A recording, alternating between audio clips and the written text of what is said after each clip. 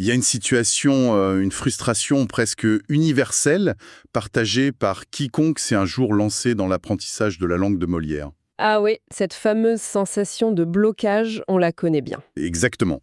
Imaginons la scène 2 secondes. On s'assoit confortablement, avec un bon café, on écoute une émission passionnante, on regarde un film sans les sous-titres ou on lit un article de fond complexe. Et là, c'est l'euphorie. Ouais, c'est ça. On se rend compte avec une immense fierté qu'on comprend absolument tout. La grammaire semble limpide, le vocabulaire est familier. En fait, tout fait sens. On se sent invincible, quoi. Voilà. Et puis, la réalité frappe à la porte. Il faut interagir.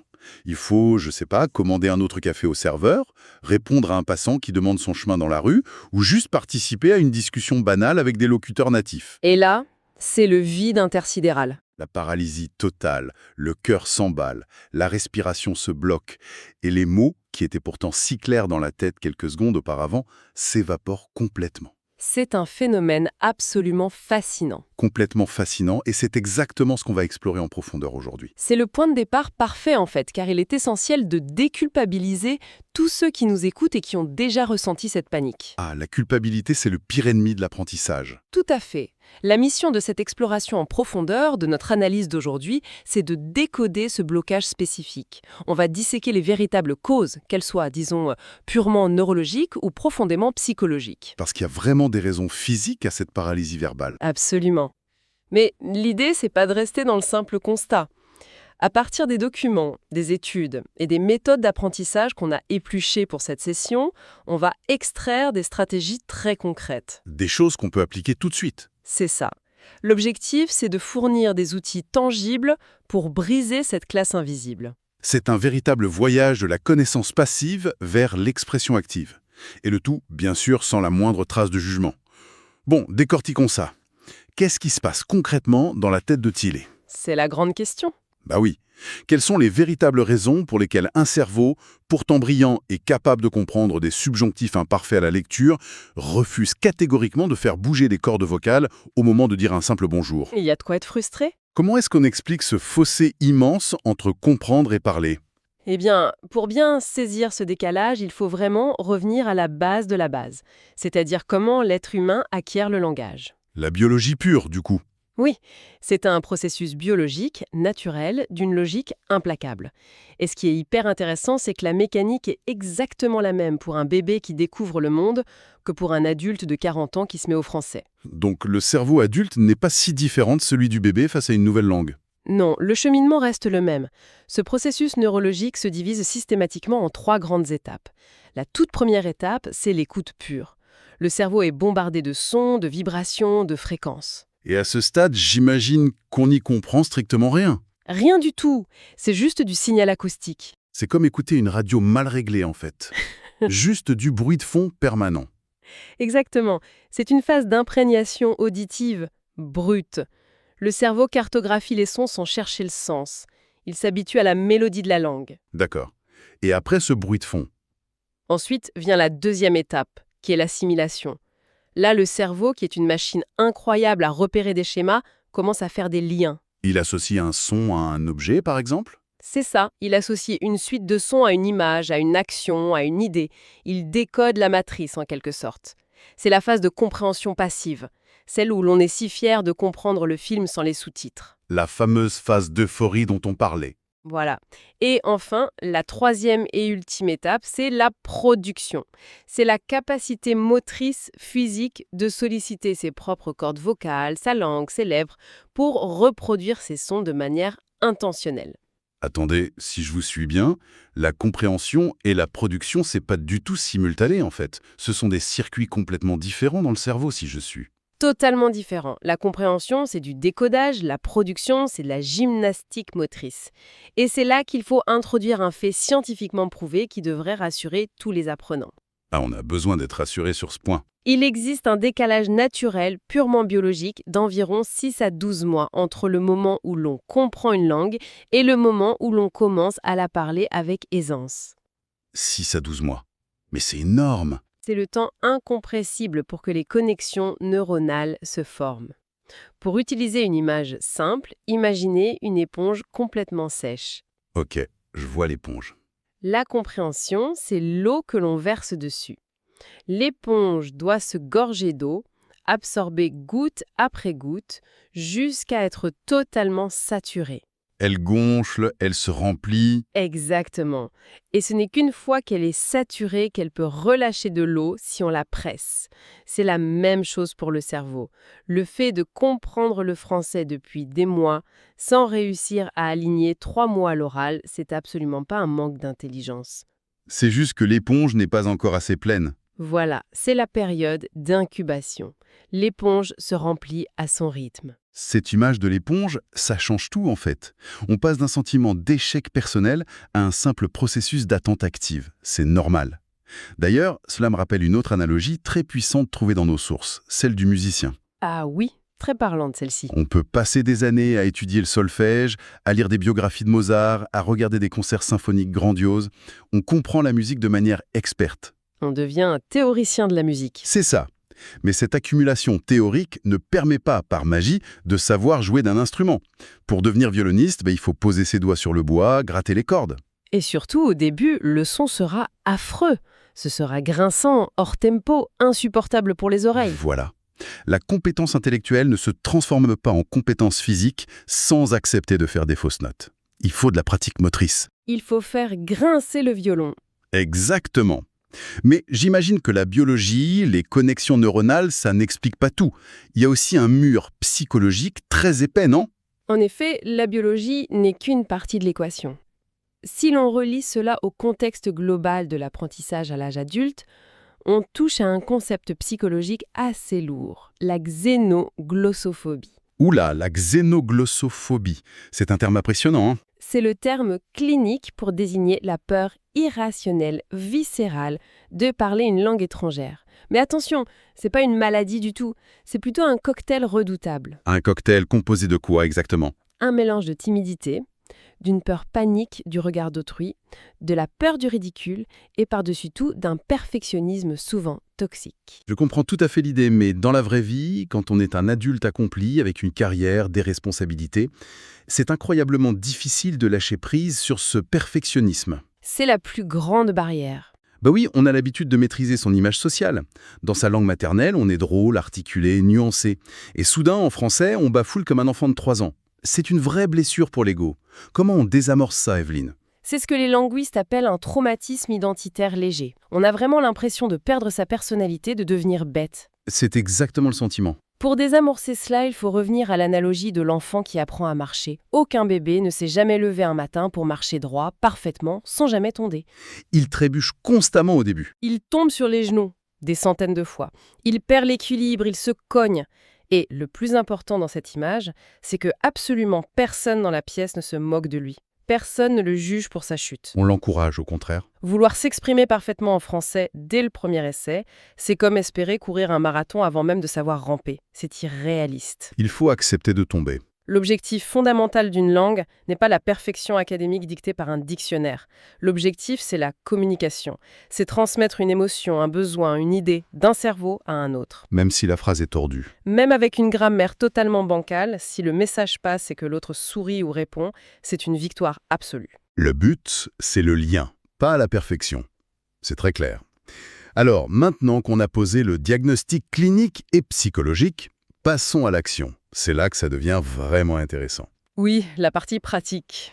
Car selon nos documents, on n'a absolument pas besoin de s'envoler pour Paris ou d'engager un tuteur privé hors de prix pour commencer à débloquer cette parole. On peut se créer un laboratoire personnel directement chez soi. Absolument. On peut faire un travail immense en solitaire. Et la pièce maîtresse de ce laboratoire personnel, c'est une technique développée par le célèbre linguiste Alexander Hargel. Le fameux shadowing. Exactement. Connu sous le nom de shadowing, ou la technique de l'ombrage en français, c'est une méthode d'une puissance redoutable. Mais attention, le principe n'est pas simplement d'écouter et de répéter calmement dans son canapé. Ah bon? C'est pas juste de la répétition bête et méchante? Pas du tout. C'est beaucoup plus physique que cela. Physique comment? Il faut faire des pompes en parlant? Presque. Arguel lui-même pratiquait cette méthode en marchant d'un pas très rapide à l'extérieur. L'idée est d'écouter un enregistrement audio natif dans des écouteurs et de répéter instantanément ce que l'on entend à voix haute. Instantanément, sans faire pause? sans faire pause. Très distinctement, presque en criant s'il faut. On n'attend pas la fin de la phrase, on parle en même temps que l'audio, comme une ombre vocale qui suit le locuteur. D'où le nom de shadowing. Voilà. Et le fait de marcher d'un pas tonique, de parler fort et de suivre un rythme imposé, tout ça crée une boucle de rétroaction neurologique immédiate. Donc, en faisant ça, à cette vitesse-là, on n'a même pas le temps de réfléchir à la grammaire, hein. C'est exactement le but de la manœuvre. Le shadowing court-circuite complètement la zone du cerveau qui veut analyser la conjugaison ou chercher la règle du subjonctif. On lâche prise par obligation. On se concentre uniquement sur la gymnastique musculaire du speech, la mâchoire, la position de la langue, la respiration. On s'approprie la musique, l'intonation et le rythme du français de manière totalement intuitive. C'est littéralement muscler son appareil vocal. Mais bon, on ne peut pas juste répéter les mots des autres indéfiniment. À un moment donné, il faut bien créer ses propres phrases, avoir sa propre pensée. Bien sûr, c'est l'étape suivante. Et là, j'ai adoré cette méthode en 3 étapes détaillées dans notre recherche. C'est quelque chose que n'importe qui peut faire le dimanche matin en pyjama avec sa tasse de thé. Pas de pression sociale, juste soi et la langue. Oui, cette méthode structure vraiment la transition vers l'indépendance. La première étape, très pragmatique, c'est de choisir une situation très précise et surtout calibrée à son niveau réel. C'est crucial pour pas se démotiver dès les 5 premières minutes. Exactement. Oui, on va pas se lancer dans un discours sur la physique quantique ou la philosophie existentielle au bout de 2 mois de français. Sûrement pas. Si on est grand débutant, la situation, c'est purement de la survie. On s'imagine dans une boulangerie pour acheter du pain ou dans la rue pour demander son chemin avec des phrases toutes simples comme « Où allez-vous » ou « Combien cela coûte-t-il ?» Basique mais vital. C'est ça. Ensuite, si on a un niveau intermédiaire, on hausse légèrement le niveau de complexité. On s'imagine croiser un vieil ami d'enfance au café et on lui raconte ses dernières vacances d'été. Plus de narration, du passé composé, de l'imparfait. Et pour un niveau très avancé, là on peut simuler une réunion de travail complexe ou un débat passionné sur l'écologie avec des arguments structurés. Super. Et une fois que la situation est choisie, la deuxième étape, c'est l'écriture. On rédige concrètement ce qu'on dirait dans cette situation.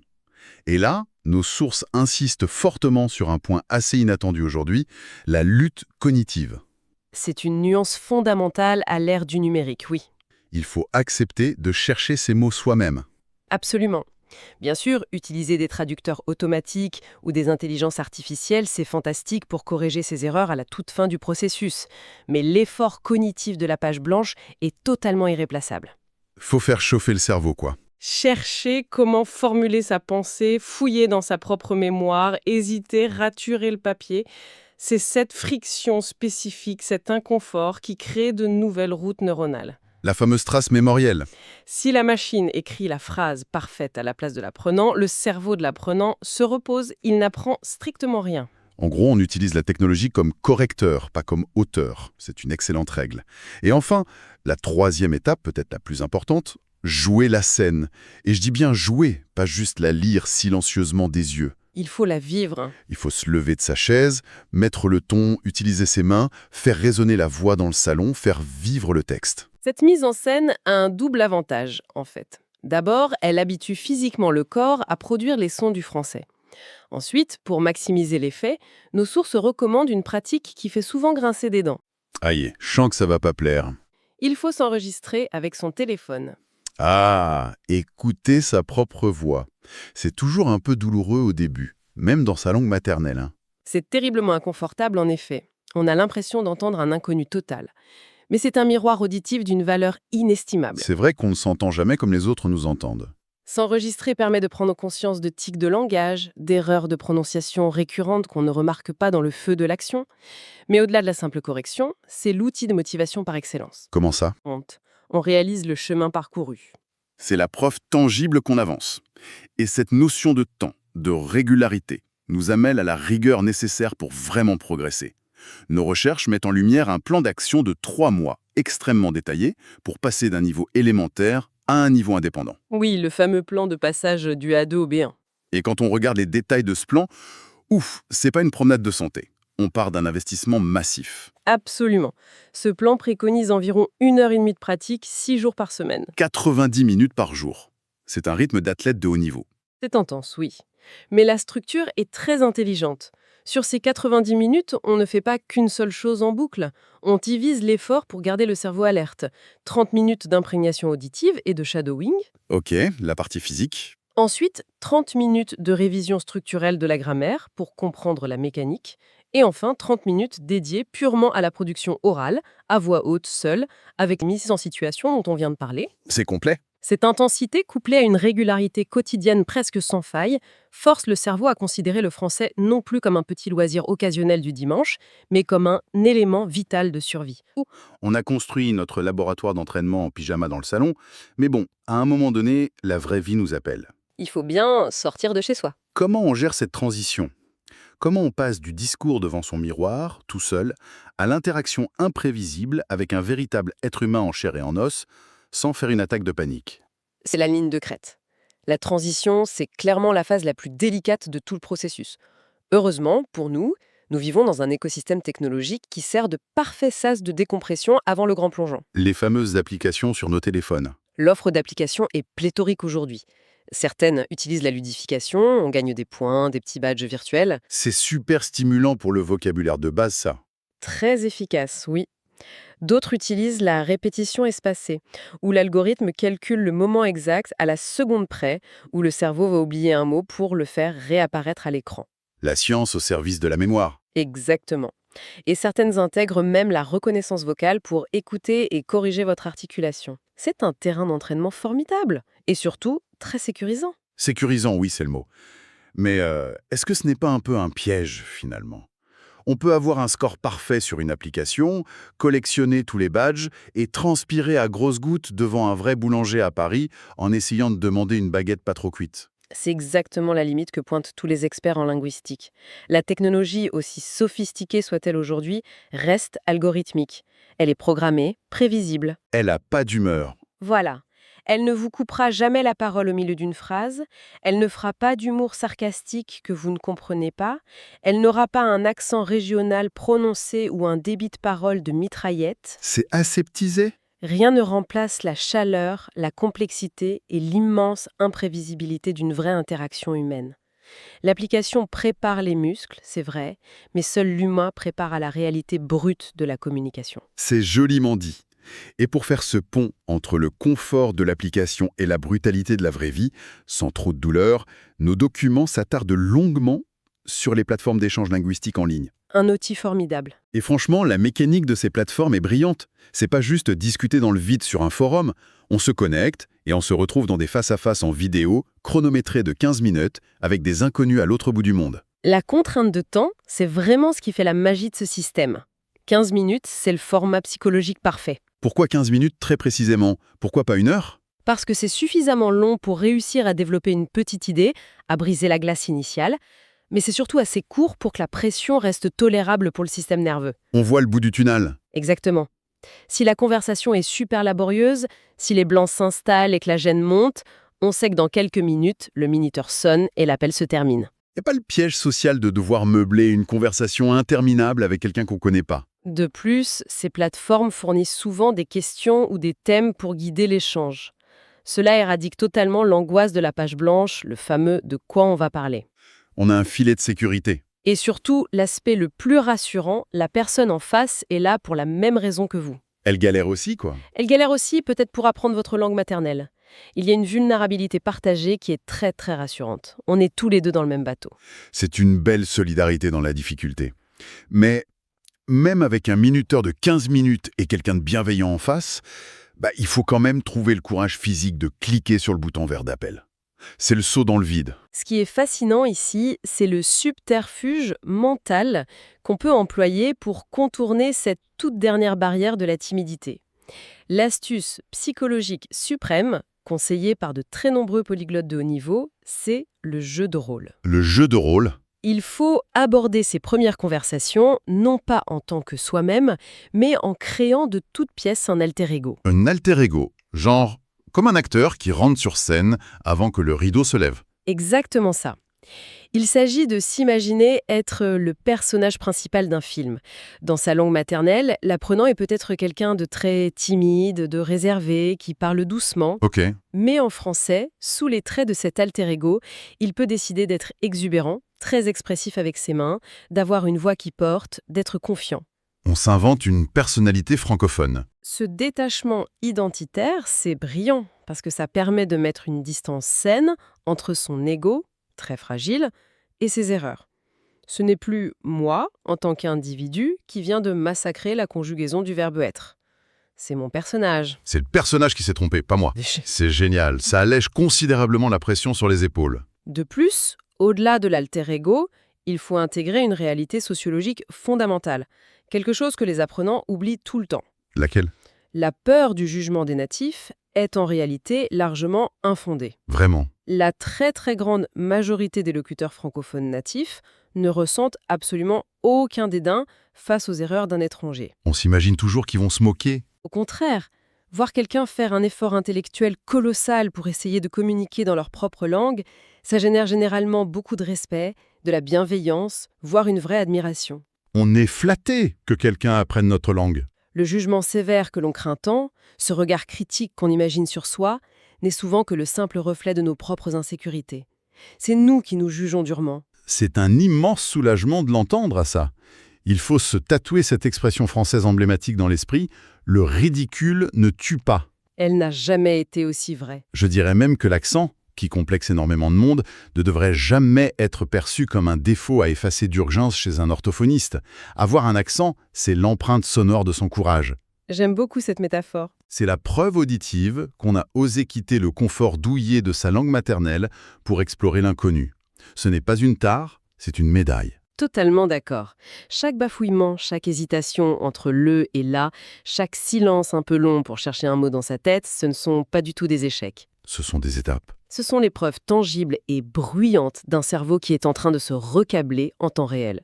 Le but ultime, encore une fois, n'est pas d'atteindre le niveau de vocabulaire d'un académicien ou d'un poète, mais d'établir un contact, de transmettre une étincelle d'humanité à quelqu'un d'autre. Et ça demande d'être vulnérable. Cette transmission exige de passer par le chemin très inconfortable de la vulnérabilité. Il n'y a pas de raccourci. Si l'on résume cette vaste analyse, le message principal qui en ressort, c'est celui d'une transformation profonde de notre façon d'apprendre et de voir l'apprentissage. Un vrai changement de paradigme. La première étape, c'est la biologie pure.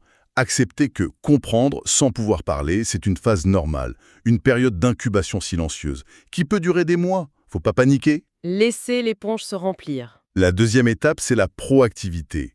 S'enfermer dans son laboratoire personnel, s'enregistrer, marcher dans la rue en hurlant les mots des autres avec le shadowing, bref, faire un travail musculaire régulier comme un athlète. S'entraîner sans relâche. Et la troisième étape, c'est le courage social.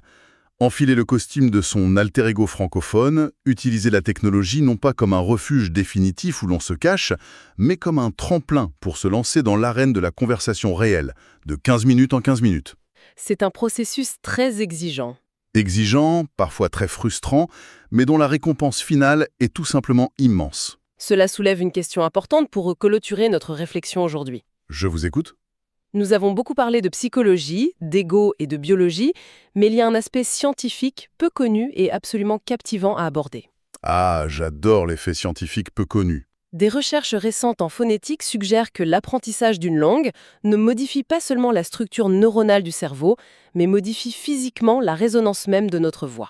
Attendez, la voix elle-même change. Oui, l'emplacement de la langue dans la bouche, la tension des cordes vocales, la façon dont l'air circule dans la gorge et le nez, tout cela diffère radicalement d'une langue à l'autre. Le français a une prosodie bien spécifique. C'est fascinant. Il a été mesuré que certaines personnes changent littéralement de fréquence vocale, de timbre en passant au français. Leur voix devient parfois plus grave ou se met à résonner différemment dans la poitrine au lieu de résonner dans la tête. Donc on ne change pas que de vocabulaire, on change d'instrument de musique. Exactement.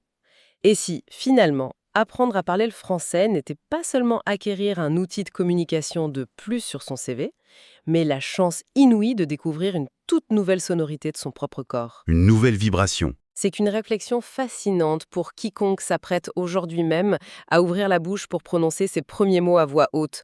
On se découvre physiquement autrement. C'est une perspective tout simplement extraordinaire pour terminer cette session. Savoir que l'on peut, non seulement psychologiquement avec l'alter ego, mais aussi physiquement avec sa propre voix, se réinventer à travers les mots d'une autre culture. Une vraie métamorphose. Nous espérons sincèrement que cette exploration en profondeur aura permis de faire voler en éclats quelques mythes tenaces, d'apaiser cette fameuse peur du ridicule qui nous paralyse tous, et surtout de fournir l'arsenal pratique nécessaire pour enfin oser prendre la parole. C'est tout le mal qu'on leur souhaite. À tous ceux qui nous écoutent, il est temps de chérir vos fautes de grammaire, de célébrer votre accent unique comme une médaille et de plonger tête la première dans le grand bain de la conversation humaine.